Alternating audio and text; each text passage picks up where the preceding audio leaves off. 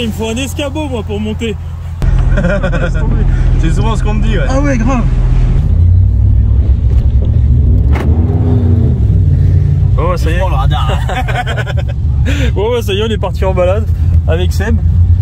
Bon, du coup, Seb, dis-nous qui es-tu déjà dans un premier temps? On va être poli, on va se présenter.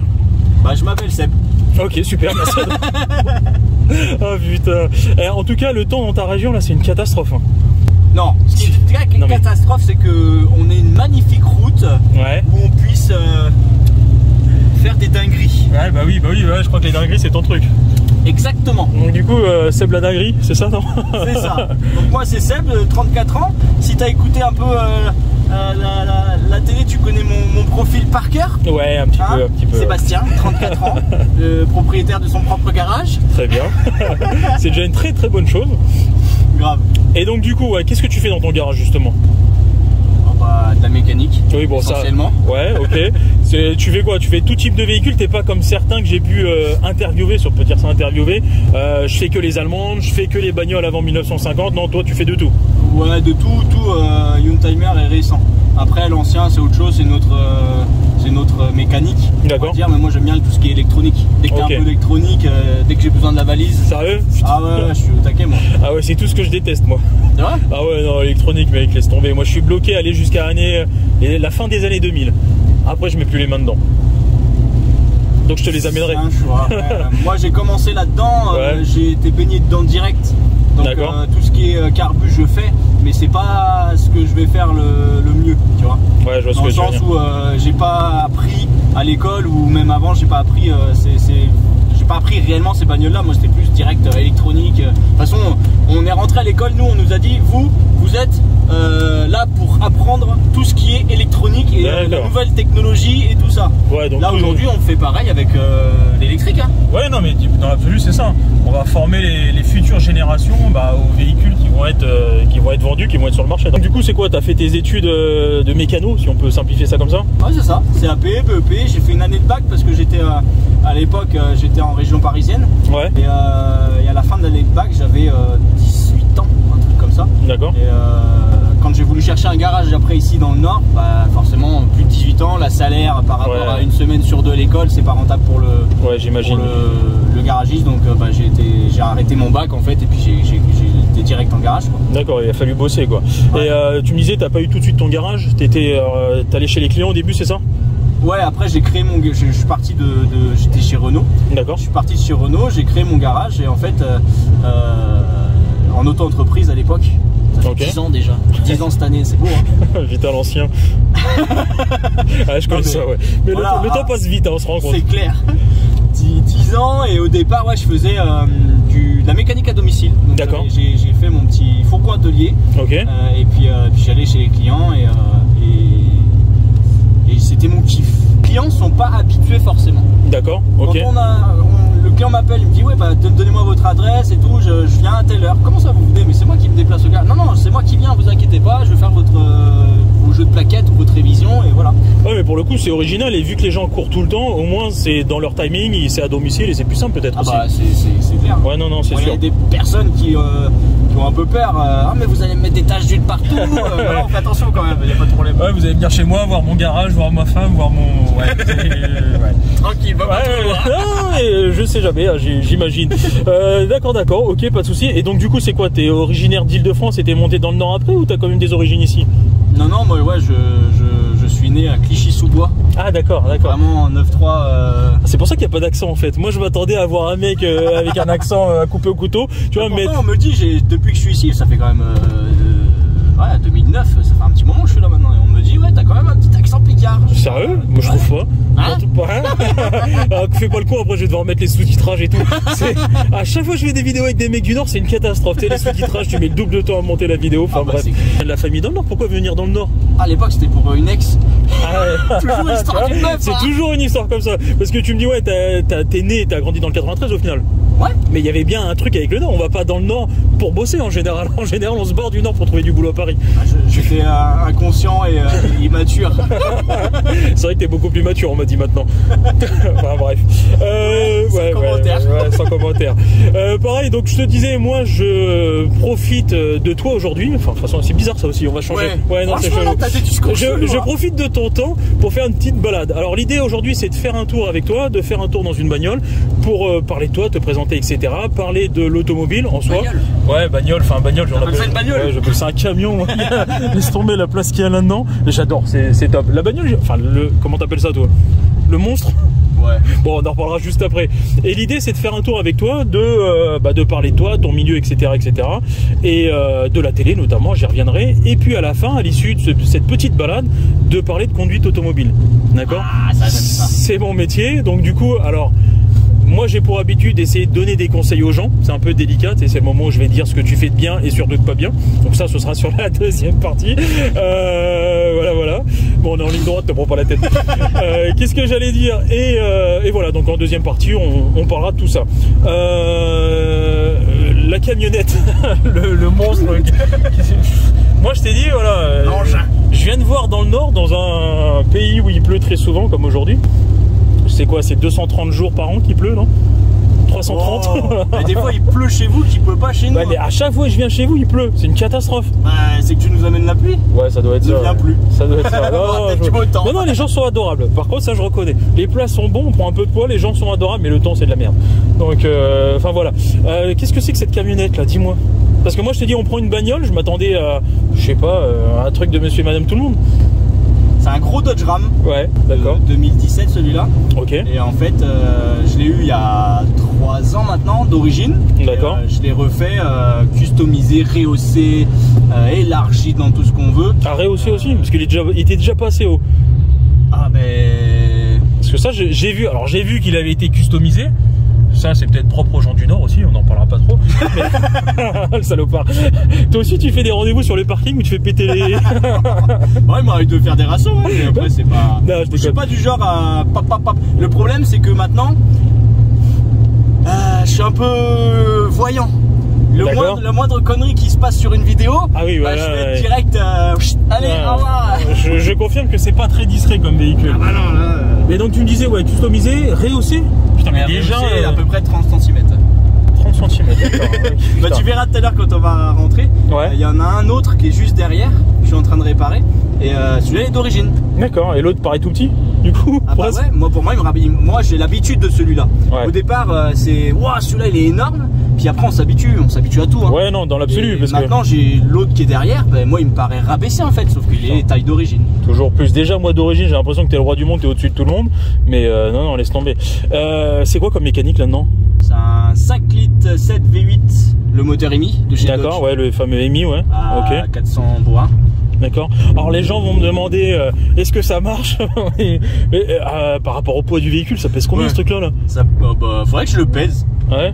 Faudrait que j'aille le peser parce que forcément avec les kits Reos, une jante fait 56 kg. Ah oui, d'accord. Enfin, une roue. Ouais, une roue sans le pneu. Ah non, une roue, jante plus pneu, 56 kg. 56 kg, laisse tomber quoi. Et combien de chevaux? Les gens adorent les chevaux même si on s'en fout. Là je suis à 420, 430. 430, on est à combien? On a plus de 3 tonnes là, non? Ouais, je pense. T'as le truc de sauvage. T'es sûr que le permis B ça suffit dans ce truc là?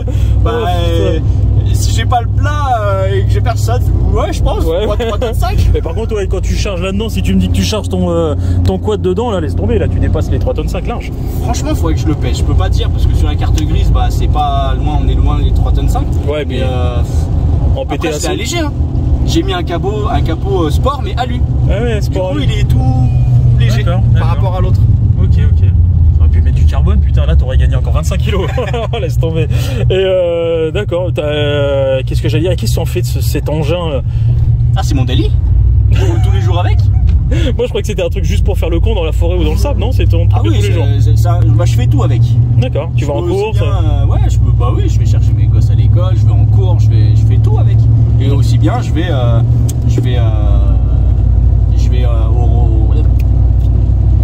Forest Hill dans la forêt, je vais Ah ouais, c'est un truc pour tout faire. J'ai fait aussi une vidéo d'un collègue à toi, mais d'ici. Ouais. À côté, là, pas très loin, à Inovia. C'est à l'époque, il était encore noir et tout ça, et c'était dans un champ. D'accord. Et j'ai fait une fois, je le fais tous les ans, mais une année, ce monsieur-là, donc que je salue. Coucou. Il m'a dit, mais c'est celui-là, c'est ce 4x4 là qui a été dans mon champ, qui l'a fusillé. Il y avait des traces de roues partout. J'ai retourné le terrain. Il dit, oui, c'est celui-là. Mais... Bon, il était compréhensif, il a kiffé le délire aussi, donc. Comme quoi, on n'est pas. Ah non, c'est sûr, c'est sûr. Et puis il y a des cons et franchement, bah voilà. Après, il y a des cons et des gens bien partout. Mais franchement, on a la mauvaise image de la police ou de la gendarmerie, comme on a la mauvaise image du garagiste. Exactement, c'est ce que j'allais dire. Putain, il y a tellement de voleurs chez vous là. Bah, voilà, c'est ça. Alors qu'on n'est pas tous. Pas tous. On n'est pas tous bien, quoi. Moi, je suis un enculé, j'aime ça, quoi. Ne stigmatisons personne. Non, mais par contre, ouais, voilà, moi, ce genre de véhicule, ouais, pour délirer dans les champs, dans les dunes, c'est génial. Mais je me vois pas aller en course avec, quoi. Ah bah en course t'es remarqué. Ouais, tu m'étonnes, puis quand tu vas chercher les gamins à l'école t'es remarqué aussi du coup. Ah ils ont l'habitude maintenant. Ouais. Non mais comme je disais, loin arrivé, hein. Comme je disais au début, un petit garçon discret, comme on aime t'appeler. Ouais, aujourd'hui le problème c'est que c'est dur d'être incognito. Là je suis en train de me faire une petite voiture incognito parce que sinon bah tout de suite on me reconnaît quoi. Mes camions bah ils sont floqués, on me reconnaît, le 4x4 on me reconnaît. Il faut bien faire de la pub pour ta boîte et pour ta chaîne YouTube parce qu'il me semble que tu as une chaîne YouTube aussi. Ouais c'est ça. D'accord. Chaîne YouTube. Avec un petit nom discret sûrement. Bien sûr. C'est Agri du Nord. Évidemment. Alors bien sûr quand je dis ça tout de suite c'est bah, le Nord, t'es où dans le Nord? Les Nord pour eux, c'est le Nord-Pas-de-Calais. C'est 62. Ouais, pour moi, c'est 59-62, je mets les deux dans le même panier. Ah ouais, mais ça, moi, parisien, ancien parisien, enfin banlieue parisienne, Nord, c'est au-dessus de Paris. Hein. J'exagère. Bon, j'avoue, pour moi, au-dessus de Cergy, déjà, c'est le Nord. Oh non, on est d'accord. Amiens, tout le bordel, même les Belges, c'est le Nord. Bah oui. Et puis, de toute façon, c'est les mêmes délires. Ils font tous des pains d'autocollants sur leur bagnole, avec des ailerons DTM sur des saxos. Non. On a dit on stigmatise personne, mais c'était génial. T'as connu cette époque 34 ans, t'as connu la fin du tuning, putain. Le tuning, j'ai. T'as fait ça aussi ouais, à l'époque sur une E36. Ah, c'était du tuning. C'était quoi? Je vais donner des dossiers là, c'est pas bien. Vas-y, balance en plus du E36. J'ai refait une E36, une 325 TDS. Mais non, mec, TDS. Qui aujourd'hui, ça coûte une blinde. Ouais. Ça, c'est à cause de la boiserie. Hein. Ouais. Parce qu'avant, ça valait rien. Ça valait rien. Moi, à l'époque, ça valait quand même quelque chose. J'avais payé 2005 ou 3000 balles. Ouais, c'était 2005-3000 balles, mais regarde les prix, ça a flambé. C'est presque le double pour un TDS. Et j'avais refait une peinture complète, kit M3, siège M3. Jusque-là, ça va. Ouais. Les rétros, les baguettes? Rétro M3 et baguette, j'avais retiré les baguettes donc j'avais t'avais lissé. J'avais lissé, j'avais repeint et tout. Jusque là ça va. Ouais, pas de caisse M3, c'est le plastique que tu mets. Jusque là ça va. Et après j'ai déconné, je les ai vite retirés, j'ai foutu des néons en dessous. Bon, j'avoue, j'ai fait la même, et moi c'était sur un B-Wiz, les petits scooters, tu sais, pour taper des roues et tout. Non, mais après, du roue à l'arrière. Mais c'est ça, mais les néons, t'étais obligé. Il y avait quoi, Fast and Furious qui est sorti le 2, je crois. T'étais obligé de mettre des néons. Enfin voilà, les jeunes qui nous regardent, ils ont pas connu cette époque des néons. Et tu sais, regard là. Mais tu sais que ça revient, je vois de plus en plus de vidéos TikTok et autres avec des néons. Enfin bref. Non, maintenant c'est des LED maintenant. C'est des filets à LED, c'est plus des gros néons comme nous on avait. J'avoue. Ça prenait ça quand même sous la voiture. Hein. Une voiture déjà rabaissée, t'arrachais tout. Et je me rappelle en 2 roues, moi tu levais, dès que tu redescendais, tu t'arrachais tout. Enfin bref, tu t'es acheté les néons par 10. Ah, la belle époque. Donc du coup, on a fait le tour de toi, on a fait le tour de ton activité et tes hobbies, si on peut dire ça comme ça. Pareil, la télé, je t'ai vu à la télé 2-3 fois. Qu'est-ce que tu fous à la télé? Oh bah je m'éclate. C'est ce que j'allais dire. C'est ce que j'allais dire. Le projet que je fais, j'essaie de le faire pour m'éclater. Je le fais pas pour l'argent, pour ci ou pour ça. Je le fais vraiment parce que je kiffe et que le jour où si on me redemande un top mécanique et que ça me plaît plus, bah je dirais non en fait. Ouais, je vois ce que tu veux dire. Ouais, tu le fais pour le plaisir. On a qu'une vie, il faut profiter et tu fais ce que t'aimes. Ouais. D'accord. Et ce que je kiffe, quand je te vois à la télé, t'es le même en fait. Ah ouais, bah en fait. Il y a des gens. Je sais pas si c'est gentil, mais t'es aussi con dans la vraie vie qu'à la télé. C'est un compliment, hein, mais t'as compris l'ambiance. T'inquiète. Après, il y a beaucoup de personnes qui font un style à la télé qui sont complètement différents en vrai. Ouais. Et en fait, je trouve ça complètement idiot parce que c'est que du fake, c'est que du cinéma, c'est que. bah non, en fait, on est dans la vraie vie. Bien sûr. Donc, si quelqu'un doit me suivre ou doit m'aimer, c'est par rapport à ce que je suis réellement et pas un fake de visage, d'apparence parce que j'ai envie de faire le mec bien, quoi. Non mais je suis complètement d'accord avec toi, on plaît ou on plaît pas, mais il vaut mieux être soi-même et puis voilà. Et donc du coup Top Mécanique, le principe c'est de restaurer des bagnoles, c'est ça? C'est ça. Enfin restaurer, je sais pas si on peut appeler ça de la restauration.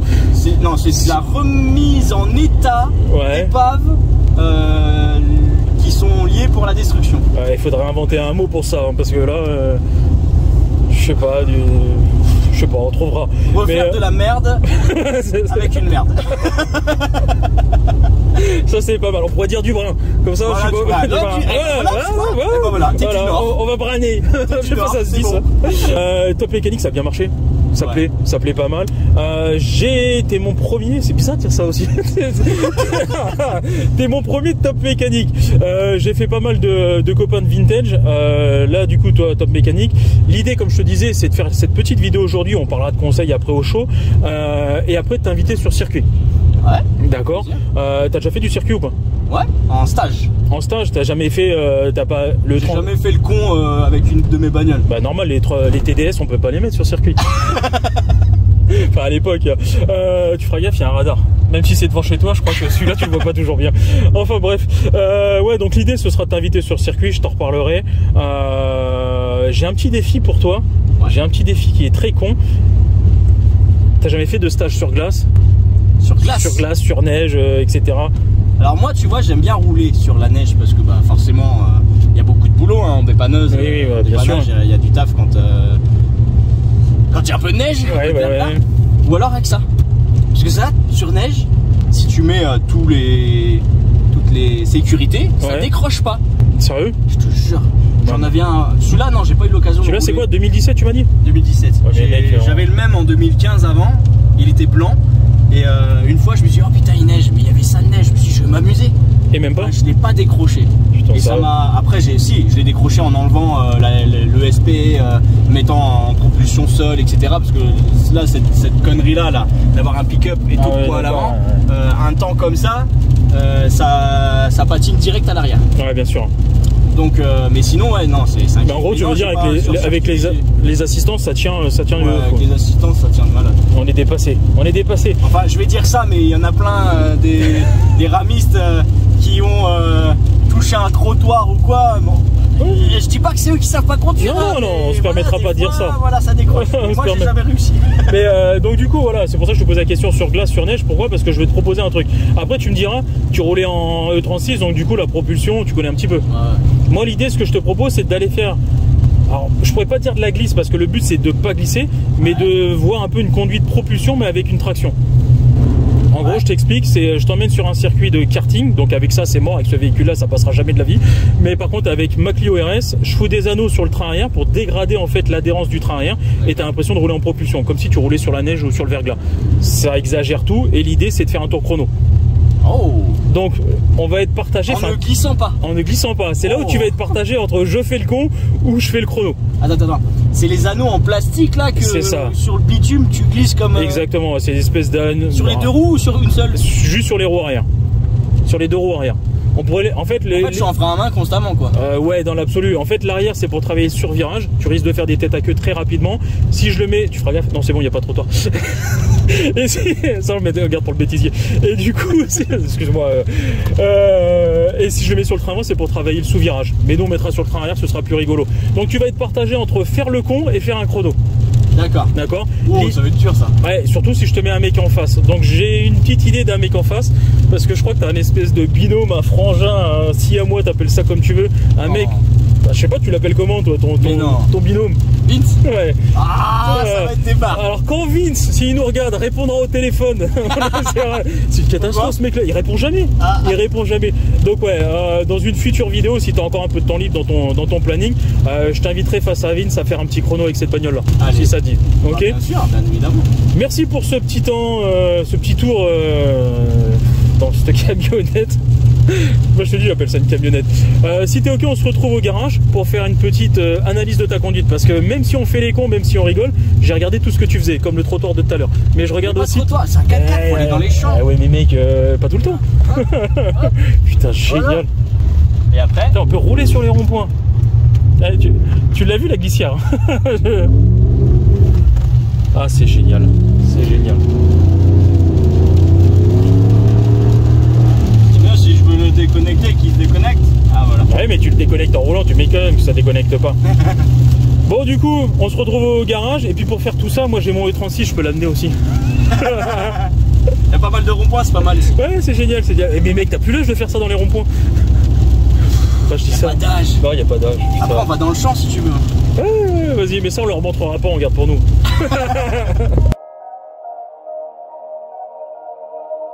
On est loin des RMC. Ouais, j'utilise la petite marche. Il est sympa ton bureau en tout cas. Sympa, C'est atypique. Ouais, c'est ça, c'est original. Hop là. Bon, le petit tour est terminé. Ouais. Merci encore une fois. Merci pour ce petit partage de passionnés. Quand tu veux apprendre à drifter, tu m'appelles. Avec plaisir, tout est bon à apprendre. Du coup, on va parler un peu de ta conduite. C'est le but après la vidéo, après le petit tour qu'on a fait ensemble. Est-ce que tu t'es senti à l'aise malgré que je t'ai observé, que je t'ai filmé, etc. ou pas? Oh ouais. Là c'était de l'observation, mais je me sentais pas observé, donc ça va. C'est ça, ouais. Cool. Le but c'est que ce soit comme dans la vie de tous les jours. C'est ça. En termes de conduite, très souvent on parle dans un premier temps, je parle de l'installation au poste de conduite, comment bien régler son siège, etc. Tu te rappelles de comment on règle le siège ou pas? Si on parle de conduite dynamique, si on va sur circuit, vu qu'on fait pas la même taille, si je te passe ma bagnole, comment tu vas régler le siège? À la façon auto-école? Non, on s'en fout, façon circuit. Façon circuit, il faut avoir les bras à moitié pliés de mémoire. Ouais. Parce que forcément comme ça on a moins de de précision que voilà plier, et après bah forcément plier, donc au niveau des jambes, regarde tes jambes, regarde tes au niveau des jambes, il faut que je puisse appuyer mais sans être recroquevillé sur moi-même, et puis ouais, c'est un mix de ça, c'est pareil, pas être trop tendu au niveau de la jambe, c'est quand tu appuies sur la pédale d'embrayage, qui a la course la plus longue, il faut que tu sois semi-fléchi. Pourquoi? Parce que tes deux jambes font la même taille, si je dis pas de conneries, et tu auras de la puissance de frein. Au niveau des mains, pareil, semi-fléchi pour être à l'aise, tu l'as dit.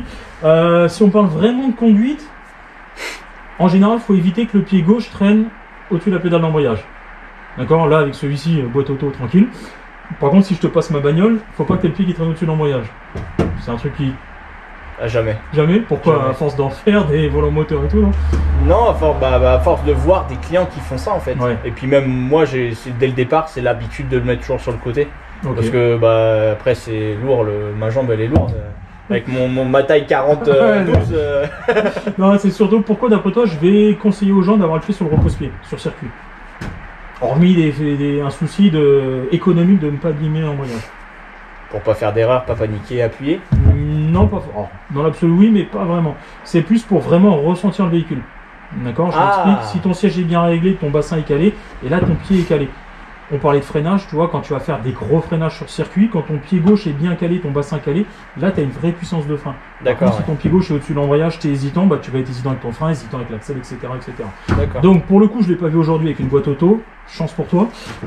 Et puis si tu me dis que tu le fais pas, donc c'est top, je le verrai sur circuit. Au niveau des mains, où est-ce que tu mets les mains sur le volant? 10-10. Non, c'est de la merde ça. Non, t'es sur un circuit. Alors dans la vraie vie, sur un circuit, ouais, dans la vraie vie c'est au-dessus. On va pas se mentir. Mais dans un circuit, c'est plus 9-3, je dirais. Alors 9-15 pour le coup. 9-15, oui. Ouais, ou 9-3. 9-3 représente. Calme-toi.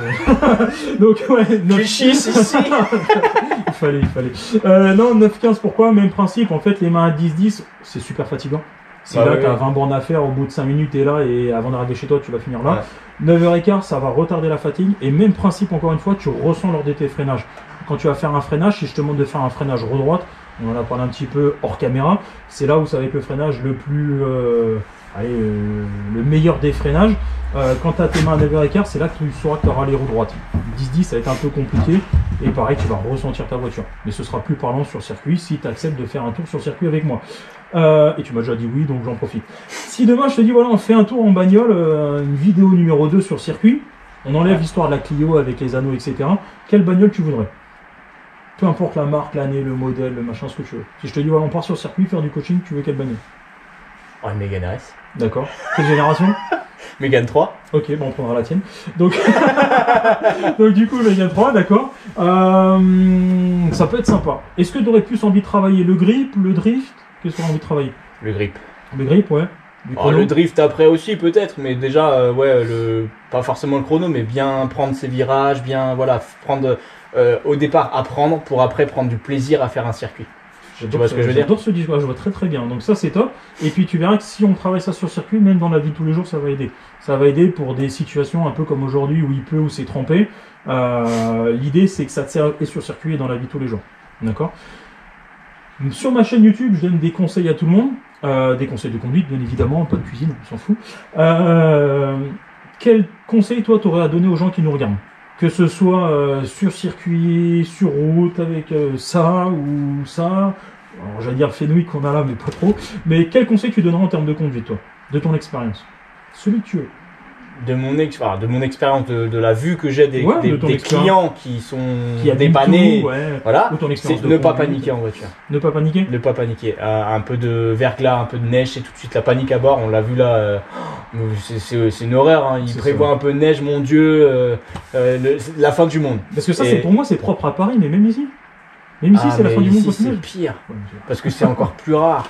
Et le problème, c'est que tout de suite, on a de la neige, on est crispé au volant et donc on fait n'importe quoi. Moi j'ai plus cette crispation en moto parce que j'ai appris à piloter, j'ai eu mon permis ou une année où il faisait que du soleil, que temps très sec, et c'est pour le permis c'est parfait, tu vois, il n'y a pas de problème. Sauf qu'après quand tu prends la moto et que tu as un temps de pluie, t'es hésitant parce que tu sais, pluie, goudron, glisse avec pour le peu qu'il y ait un peu de gasoil ou un peu de d'ABS ou glisse tout de suite et du coup on hésite à pencher, etc. On l'a avec le temps le truc, maintenant c'est bon, plus ou moins, mais je suis toujours assez réticent à rouler, à prendre des virages. Droit ça va, petit virage ça va, mais c'est vrai qu'un gros virage, je vais bien ralentir et je vais être beaucoup plus hésitant que de me pencher comme je pourrais sur temps sec, quoi. Et c'est génial parce que rien qu'en le mimant, tu regardes par terre.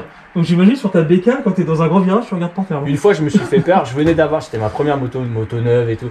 Je venais d'avoir mon permis et en allant sur Soissons, il y a des lacets, mais ils sont magnifiques. Et à un moment donné, j'étais un beau lacet demi-tour. J'étais penché, couché et tout. Et puis dans ma tête, je me rapprochais de la glissière. Ouais. Et systématiquement, je regardais la glissière. Dès que je regardais la glissière, je voyais la moto me déporter. Là, au bout d'un moment, je disais, c'est bon, la glissière est pas là. Là, tu tournes ta tête, qu'on t'a appris. Et c'est vrai que le regard fait beaucoup. J'ai tourné la tête, la moto, elle est repartie.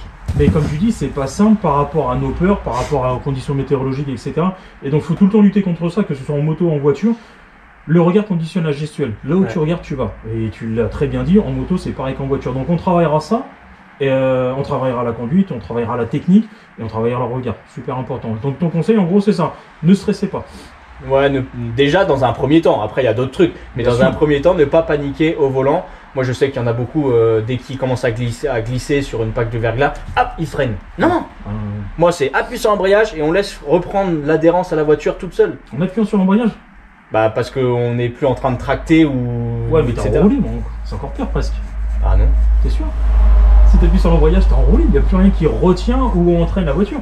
Oui, mais si on est en pleine glisse, on est sur de la neige ou quoi, peux me dire tout ce que tu veux, à chaque fois ça marche. On verra ça. Avec les anneaux, ça se sera bien. Ouais, non, avec les anneaux, c'est autre chose. Ouais, et là, je te parle dès qu'il neige, je reviens. Bon, il y a un peu de route, mais dès qu'il reneige, je viens avec ma bagnole. On travaillera ça. Donc bref, en tout cas, t'as tout résumé. Voilà, c'est quelque chose. Et puis c'est comme dans tout domaine dans la vie. Quand on connaît pas, on stresse. Donc c'est pour ça que je pense, alors après c'est mon combat, mais tu le partages ou pas, c'est important de se former, de s'informer sur la conduite pour du coup descendre le stress et être plus détendu au volant. C'est ça. Merci pour ton temps. Mais de rien, avec Merci plaisir. pour l'accueil dans ton magnifique garage, c'est génial, on me l'avait jamais fait ça. C'est une première, il faut des premières à tout. Non, c'est sympa, c'est sympa. Moi je voyais bien un jacuzzi avec des bulles et tout, mais t'as jamais fait ça? Non, c'était... Voilà. D'accord. C'est pas des bulles et des jacuzzi, mais au moins une belle bâche. Pour l'été, et plein de flotte et puis paf dedans. Ouais. Et j'ai pas eu encore l'occasion de... J'ai pas pris le temps de le faire. Mais le jour où tu fais ça, tu me dis. Hein. Bon, après, entre mecs, c'est moyen, mais on en reparlera. Bon, bref, dans tous les cas, je te laisse faire ta petite pub pour tes réseaux sociaux. C'est où qu'on peut te trouver, du coup? Tous les réseaux, TikTok. C'est écrit là, Dinguerie du Nord. Ouais, TikTok, bah voilà, YouTube, TikTok, Instagram, Facebook, les Dingueries du Nord. Et pour de gros projets encore cette année, ça va être encore fou. Fou, ouais. Donc, ouais. C'est le mot, c'est le mot. Ouais. C'est de mieux en mieux, hein, voilà. Ah non, mais c'est très bien, et puis il faut s'entraîner, c'est comme ça qu'on apprend, et puis la qualité vient en s'entraînant. C'est ça. Donc n'hésitez pas à le suivre, et puis nous on se retrouvera sur circuit, parce que c'est le but. Hein. Allez, et puis j'ai hâte. je pense qu'on va on va faire des dingueries. Voilà, c'est ça. Merci mec, prends soin de toi. Merci à toi, bon courage, bon retour. Ouais, bon retour, alors, pour rentrer. Allez, salut mec. Salut.